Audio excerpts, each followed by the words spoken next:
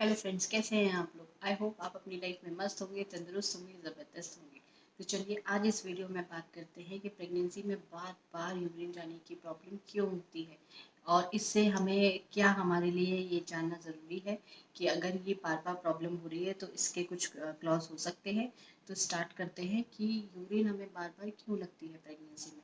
Pregnancy के दौरान जब हमारा यूट्रस एक्सपैंड होता है तो उस एक्सपेंशन की वजह से जो हमारा यूट्रस का ब्लैडर है उस पर प्रेशर पड़ता है, और वो जो प्रेशर पड़ता है ब्लैडर पे, तो ब्लैडर को ये चीज़ का कंट्रोल नहीं हो पाता, हम ये चीज़ नहीं समझ पाते और हमें बार बार वो पुश की वजह से बार बार यूरिन जाना पड़ता है, क्योंकि ब्लैडर इतना कंट्रोल करने के कंडीशन में नहीं होता है, क्योंकि उसको पुश मिल रहा है, बाकी सारे ऑर्गन्स को श्रिंक करके यूट्रस का साइज बढ़ता है।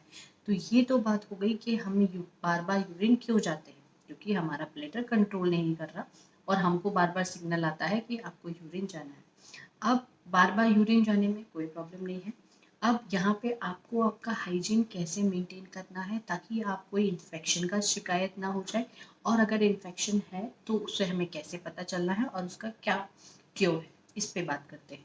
तो इन्फेक्शन ना हो उसके लिए आपको क्या करना है, जब आप बार बार टॉयलेट जा रहे हैं, बार बार आपको यूरिनेट का प्रॉब्लम हो रहा है, तो आप ये चीज़ मेक श्योर करिए कि वो जो यूरिन है वो आपकी जो नीचे का एरिया है वहाँ पे ज़्यादा देर स्टे नहीं करे। इसके लिए आप क्या कर सकते हैं, नंबर ऑफ पैंटीज यूज़ कर सकते हैं कि अगर कोई आपका वेट हो जाता है तो आप उसको चेंज करिए।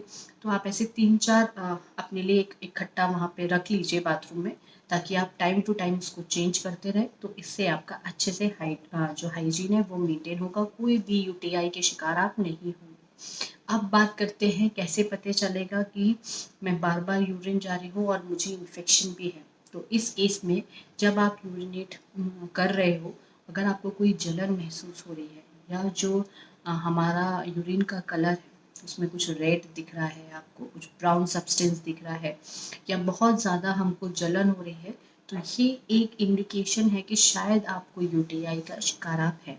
तो इसके चीज़ के लिए आप क्या कर सकते हैं, पानी का कंटेंट बढ़ाइए बहुत अच्छे से।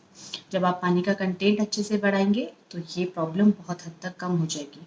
दूसरा बोला जाता है कि जो ब्लूबेरीज होती हैं वो भी यूटीआई इन्फेक्शन में बहुत वर्कआउट कर सकती है। तो ये वो चीज़ें हैं जो आप अपने घर में मेंटेन कर सकते हैं। आपको यहाँ पे आपको अपने घर पे ये सारी चीज़ों के लिए अप्लाई करना है। पहला, आपको हाइजीन मेंटेन करना है। दूसरा, आपका वाटर का इंटेक बहुत अच्छा करना है ताकि ये समस्या ख़त्म हो सके। तीसरा, अगर आप ब्लूबेरीज खा सकते हैं तो ब्लूबेरीज खाइए, बहुत अच्छा होता है।